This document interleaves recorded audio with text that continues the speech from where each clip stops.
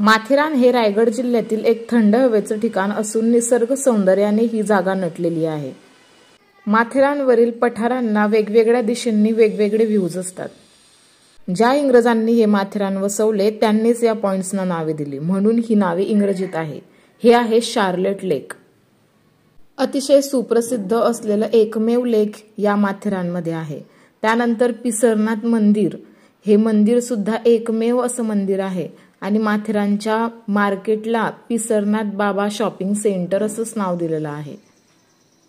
Charlotte लेक, पिसरनाथ बाबा मंदिर आणि लॉर्ड पॉइंट हे तिघही एकाच ठिकाणी असलेले पॉइंट आहे, म्हणून हे पॉइंट्स बघायला विसरू नका।